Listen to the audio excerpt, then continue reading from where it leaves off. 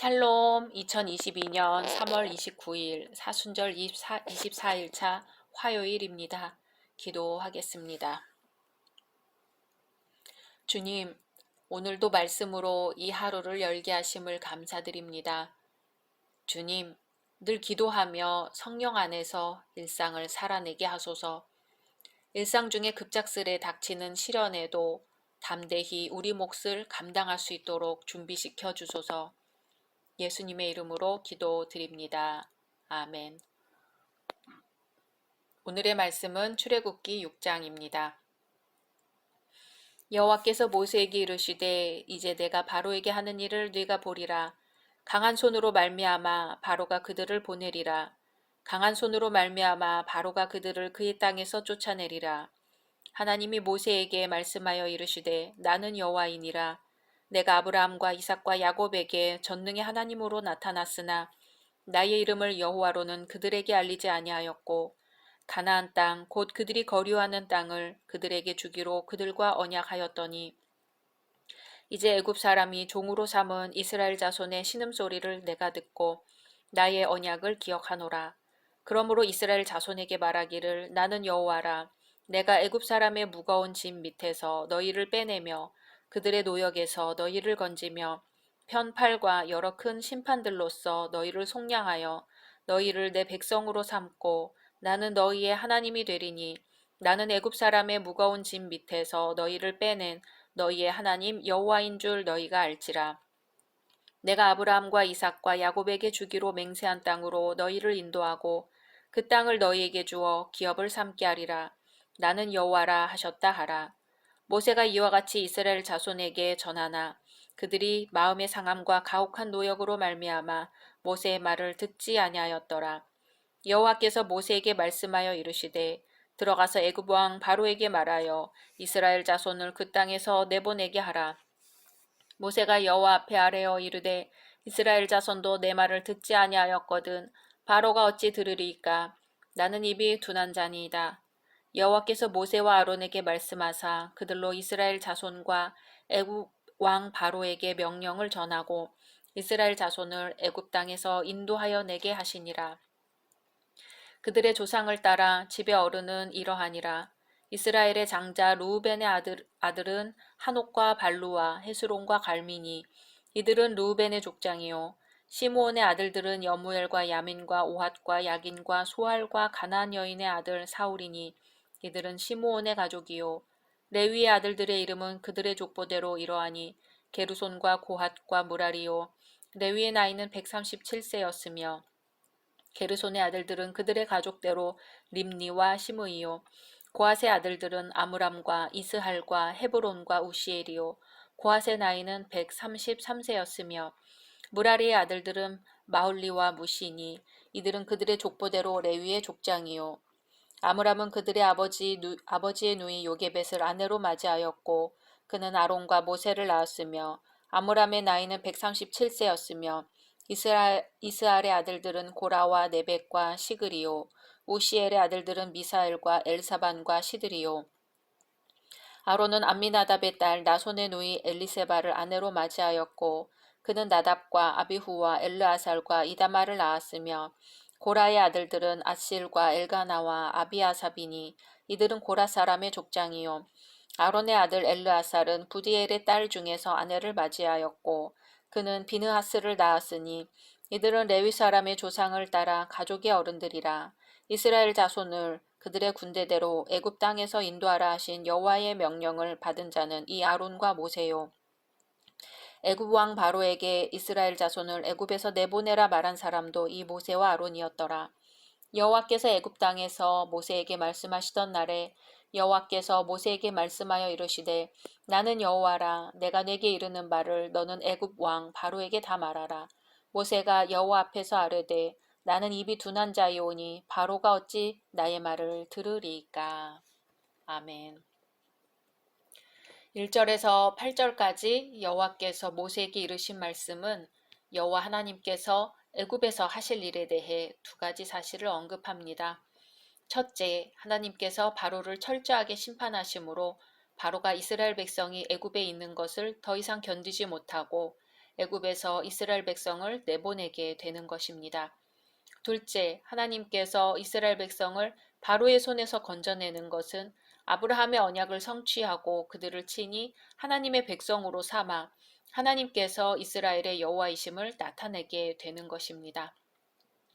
이러한 일을 이루시기 위해 하나님께서는 모세를 바로에게 보내 이스라엘을 보내라고 요구하게 하십니다.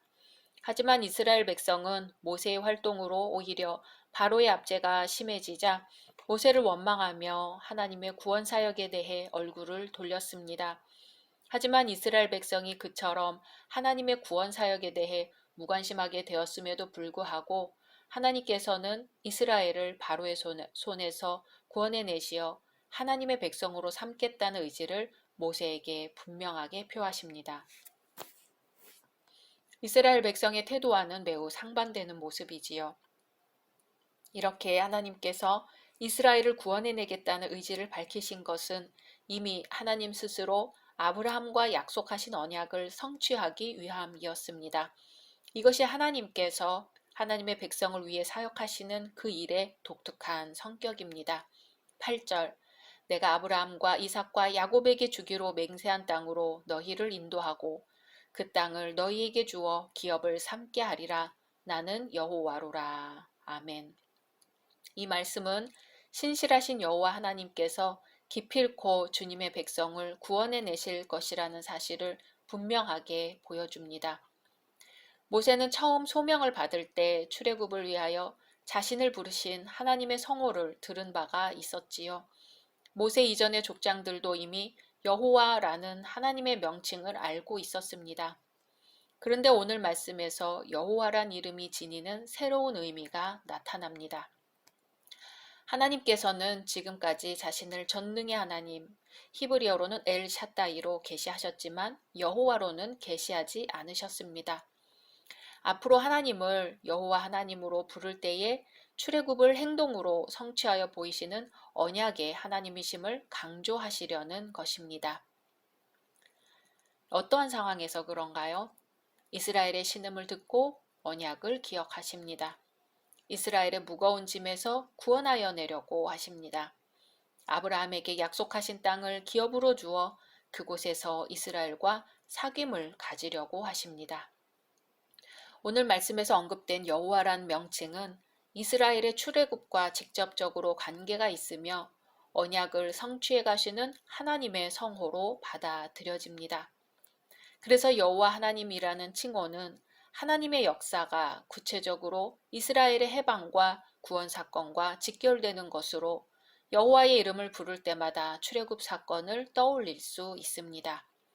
여호와는 해방과 구원의 하나님이시며 인간의 억압과 고통의 결말인 죽음으로부터 해방과 구원을 주시는 분이심을 알려주는 것입니다.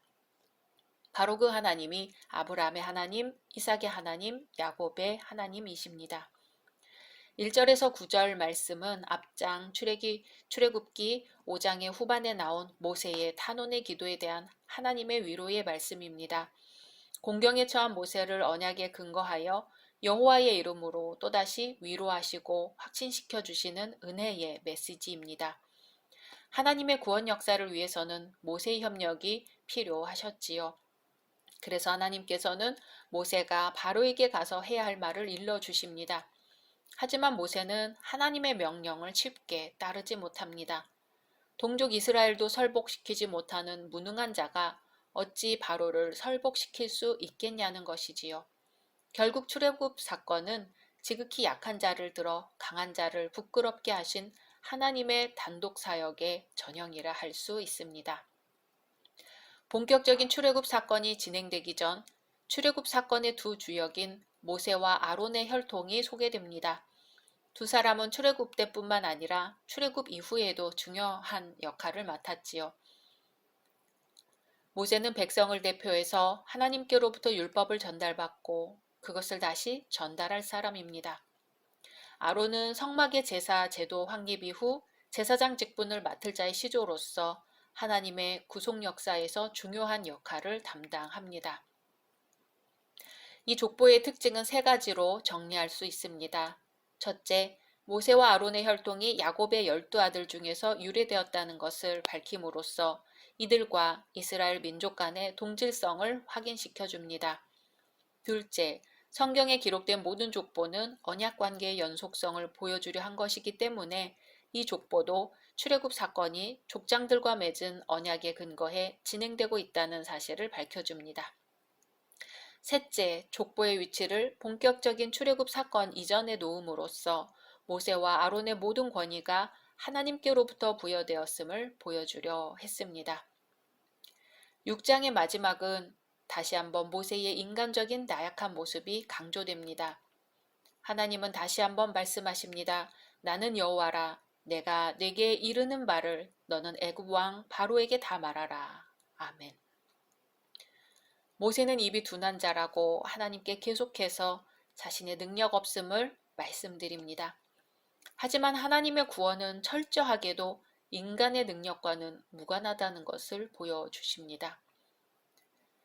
인도 관청의 젊은 관리였던 부스 터커는 그리스도를 만난 후 복음 전파를 갈망하여 동료와 함께 무더운 여름길을 맨발로 여행했습니다. 원주민들은 맨발로 다니는데 익숙했지만 부스터커와 동료는 발에 물집이 많이 생겨 걸음을 옮길 때마다 발에 통증을 느끼게 되었지요. 한낮의 따가운 햇볕 속에서 어느 마을에 가까이 가게 되었는데 목이라도 축이고 빵 조각이라도 얻고 싶었습니다.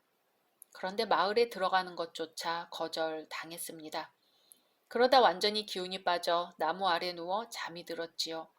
잠자는 동안 그 마을 주민 몇 사람이 모여들었습니다. 그중 한 사람이 그들의 발에 물집을 보고 놀라서 말했지요. 이 사람들이 우리에게 얼마나 관심을 가졌으면 이렇게 고통을 당하면서까지 자기들의 얘기를 우리에게 전하려고 했을까. 그렇게 말하고는 마을로 인도하여 발을 치료해주고 음식과 음료수를 대접하였습니다. 그 일이 있은 후 그 종족에게 복음 전파할 수 있는 길이 열렸습니다. 이 마을 사람들의 마음에 열게 한 것은 다름 아닌 부스터커와 동료의 약함 때문이었던 것이지요. 인간의 약함이 바로 하나님의 능력이 된 것입니다. 오늘 말씀에서 우리는 모세의 약한 모습을 보게 됩니다. 그 자신이 백성의 원성도 가라앉힐 수 없는 무능력한 존재로 하나님을 모르는 바로 앞에 나가 말할 용기가 없었지요. 나는 입이 둔한 자니이다. 모세의 나약함의 표현입니다. 그러나 여호와 하나님께서는 그를 들어 바로에게 하나님의 명을 전하게 하고 이스라엘의 구원을 이루십니다. 지금 우리는 하나님 앞에 무엇이라 말씀드리며 주저하고 있습니까? 주부들은 가정을 핑계로, 직장인들은 직장일을 핑계로, 노인은 건강을 핑계로, 가난한 자들은 빈곤을 핑계로, 학생들은 학업을 핑계로 주님의 부르심에 응답하지 않고 있습니다. 하나님께서는 인간의 구원을 위하여 우리들을 부르십니다. 그러나 인간들은 자신의 일에 몰두하여 너무나 바쁩니다. 그러나 주님은 우리의 약한 모습, 부족한 모습 그대로 주님의 도구가 되기를 원하십니다. 주여 나를 써 주소서. 이것만이 우리의 유일한 대답입니다. 각자 말씀 묵상하신 후 주기도문으로 마치겠습니다.